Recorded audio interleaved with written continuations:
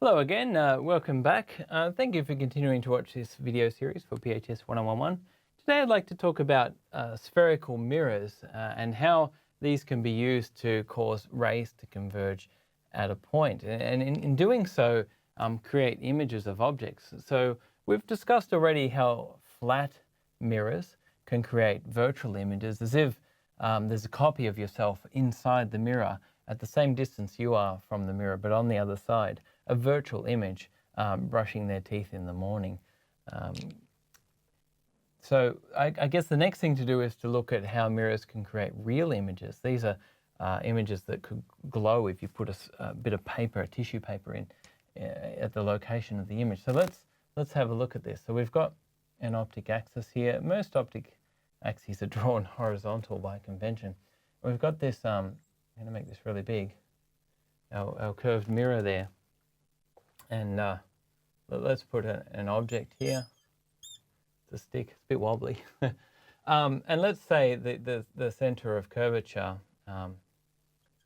for this mirror is here. It doesn't quite look like it is, but I'm just going to say it is.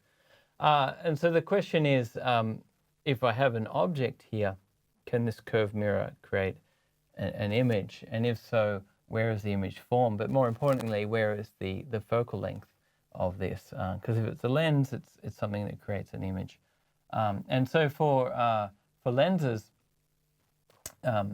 we define the focal length according to where parallel rays get focused. So if we have a parallel ray coming to a lens, then it will pass through the focal point on the axis.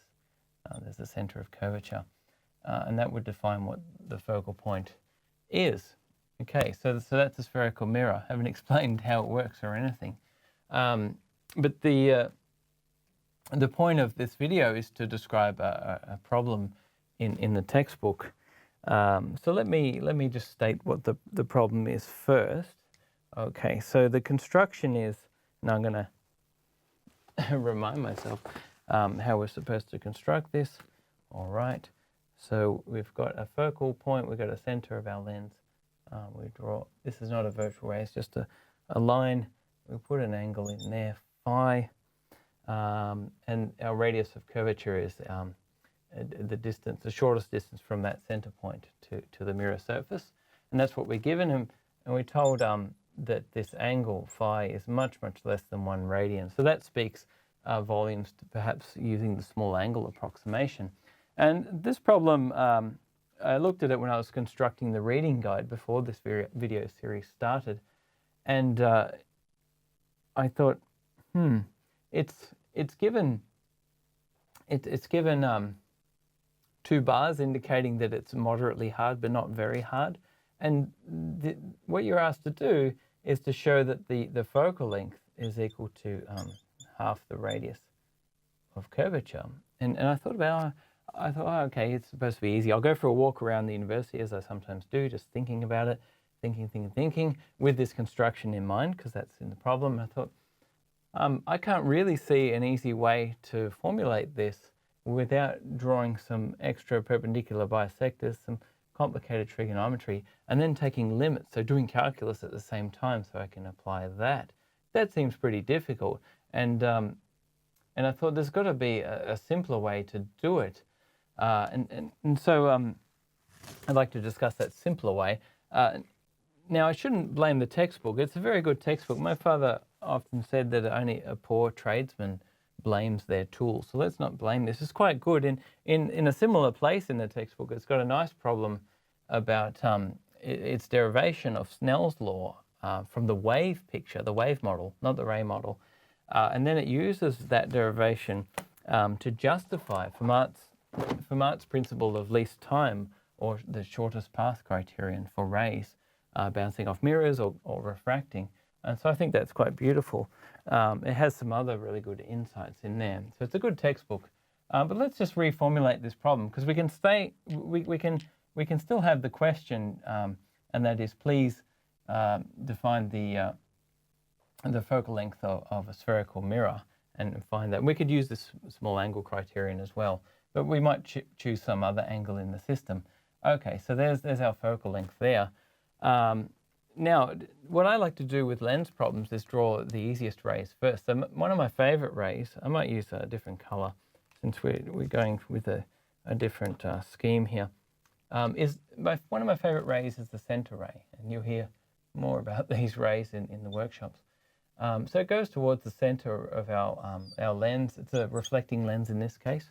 And it more or less does nothing. If this was a refracting lens, it just goes straight through without deviating. And for a mirror, we can write this direction straight away because right near the center, if I've got the mirror on axis and this indeed is the center of mirror, the mirror is vertical. Okay, it's orthogonal to this radial line there. And so we can use our law of equal angles, that the angle of incidence is equal to the angle of reflection. So we know immediately the direction of that ray. It's supposed to be an R. So that's an easy one to do. You get it for free almost. The mirror is only vertical at really close to the point of reflection, but it's tangential there and vertical. So there's another ray which is equally easy to draw, equally enjoyable, and that's one that passes through the center of curvature. And again, because this is the center of curvature of the sphere and in this cross section the circle, that radial line is orthogonal to the circle there. And so we apply the law of equal angles there. We've got right angle and right angle, so that means the ray just comes straight back from whence it came. Okay, so we get that one for free too. And now we form something that looks perhaps like an image. Let's make it a bit thicker, because we've got rays crossing there at a point, and that might be some sort of real image there. Now, the location of the image does not define the focal points. We've got more to do. This was easy drawing these rays. So let's now use some trickery. We've got to use that information that we're allowed to make our angles really, really small, much less than 1 radian. So we could do that by shifting our object really, really far away from the mirror, or shrinking it down, making it really, really small, so these angles become tiny. Okay, so in that limit, it might not be obvious from this diagram, but this ray here and that ray there would start to converge and almost touch each other. And in fact, as this goes further and further away, this ray would almost look parallel with that ray, and their directions would start to coincide with the optical axis. So let's jump ahead essentially to the answer, and let's isolate in here some sort of Z-like shape. So let's go in there and in there. So we've got this Z that we've carved out of our diagram, so wonky looking Z. And over here in that limit where we imagine the object's really far away or really, really tiny, we draw some parallel lines and just a line going through them. And from elementary geometry, we find if we had a theta there for an angle, then it must be equal to some other angle there, phi, if those lines truly are parallel, because this straight line cuts them. And similarly, that angle there must equal that angle there, and so forth. So now we look at this this diagram here, and we see that we could have an angle in here. Let's call that phi, and so phi is supposed in the limit will be equal to theta I. So those two angles are the same. Okay, and we can go a little bit further. This here is a perpendicular bisector. And so we have a triangle there, and we have a triangle there. So we know that theta I equals phi, but theta I is equal to theta r. So that angle equals that angle. And we've got this triangle here and that triangle there. They've got two right angles. They share a common angle. And a common side length, so they're similar triangles. In fact, they're identical. So in that limit, what we find is that this length here is the same as that length there. but the total length is just the radius. And so this point here, where I've drawn my image, in the limit, that image point, let's call it I, and put a little I over there. Image point, the distance from the mirror or the center of curvature, because they're the same thing, is r over 2.